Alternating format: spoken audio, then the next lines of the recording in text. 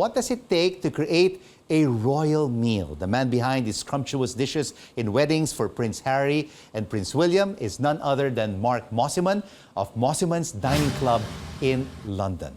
Thank you so much for joining us on The Final Word. Mark, first of all, how excited are you for the King's coronation this weekend? We're all extremely excited over here in London. We're here in Mosimann's London, stone's throw away from Buckingham Palace. And as you see, the decorations behind us in our restaurant, we're gearing up. Gearing up indeed for a grand celebration this weekend for the coronation of King Charles III. But tell us, Mark, what does it take to be a caterer for the royal family? Is there a lot of pressure?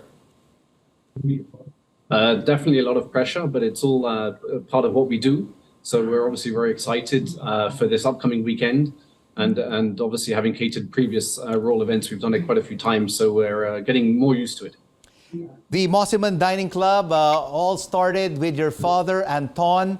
How did it all begin, catering for the royal family?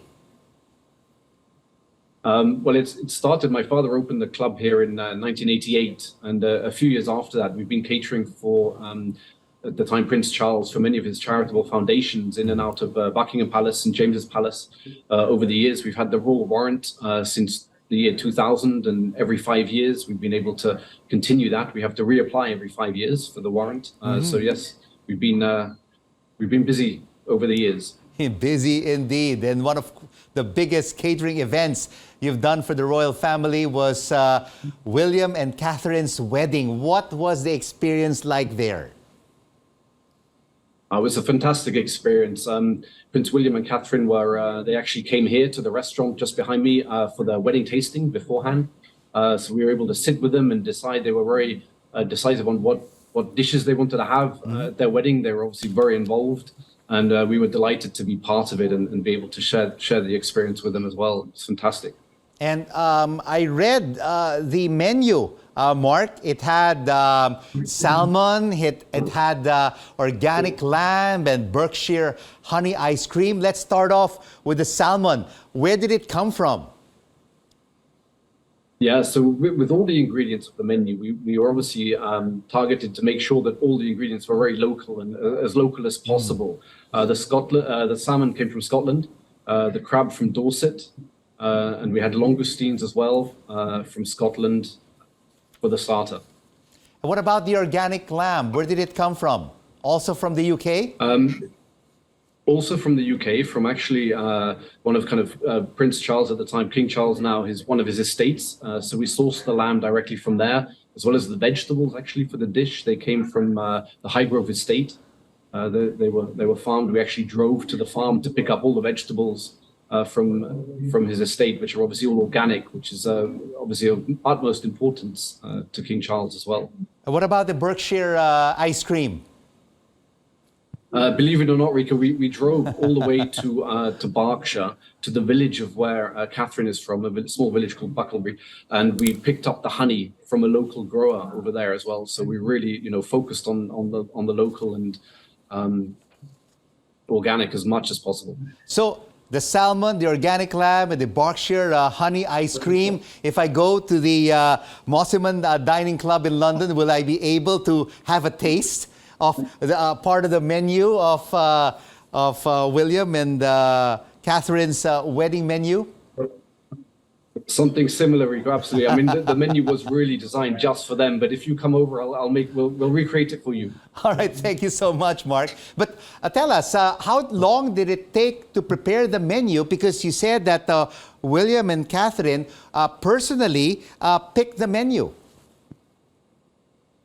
Correct. They gave us some guidelines in advance, and they said they wanted something seafood starter and definitely lamb for the main course. So we created our version of what we thought would be fitting for the occasion, and it seemed to work. So they were very happy. But overall, how picky are the royals with their food? To be honest, not at all. I think they really like to eat quite simply. They obviously eat out a lot. So I think when we cater for them, at least they definitely like the simpler the better, and obviously very healthy and like I mentioned before, all the organic produce and sustainability being key. And now, of course, we're seeing on our screens Harry and Meghan. Mosimann's Dining Club also did their wedding reception. What was on the menu? The menu there, we actually worked in collaboration with another restaurant in London called Core. Claire Smythe is a very a dear friend of ours, and we worked together with her to create the wedding menu. It was her menu, but we did the logistics on that side and on the front of catering for 300 people at Frogmore Cottage on the evening, which was very special. Of course, Frogmore Cottage is also the residence, the previous residence of Harry and Meghan. And did both of them personally pick from the entree, the main dish, to the dessert? They did indeed, yes. They knew very much what they wanted, so we were able to recreate that for them on the day. They built a beautiful marquee in the grounds of Frogmore Cottage, and we had a field kitchen that we worked in, and we were able to deliver it. Yeah, and they were very happy. And how was it like, Mark, working when they took a look at the menu for Harry and Meghan? Yeah, they were, they enjoyed the evening. They were very relaxed. There was dancing afterwards. They really had a great time. It was just a truly special occasion, and we being part of that for us was obviously very, very special. Do you also cater for other members of the royal family, Mark?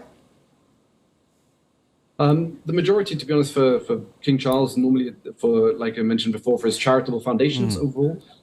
As and when sometimes we get a few events where the royals are invited to our restaurant, and we have catered for other royals as well. And what is the favorite entree, main dish, and dessert of King Charles III?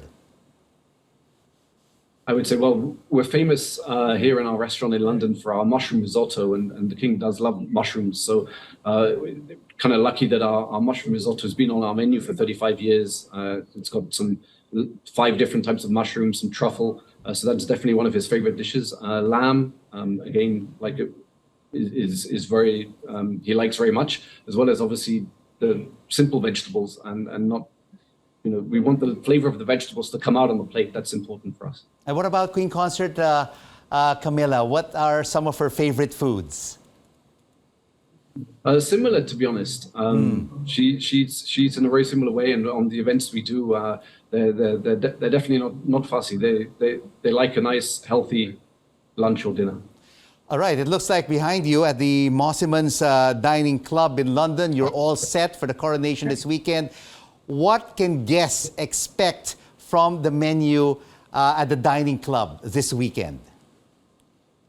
Yeah, we're having some different choices actually for them. So we've got a choice of 3 starters, 3 main courses, 3 desserts.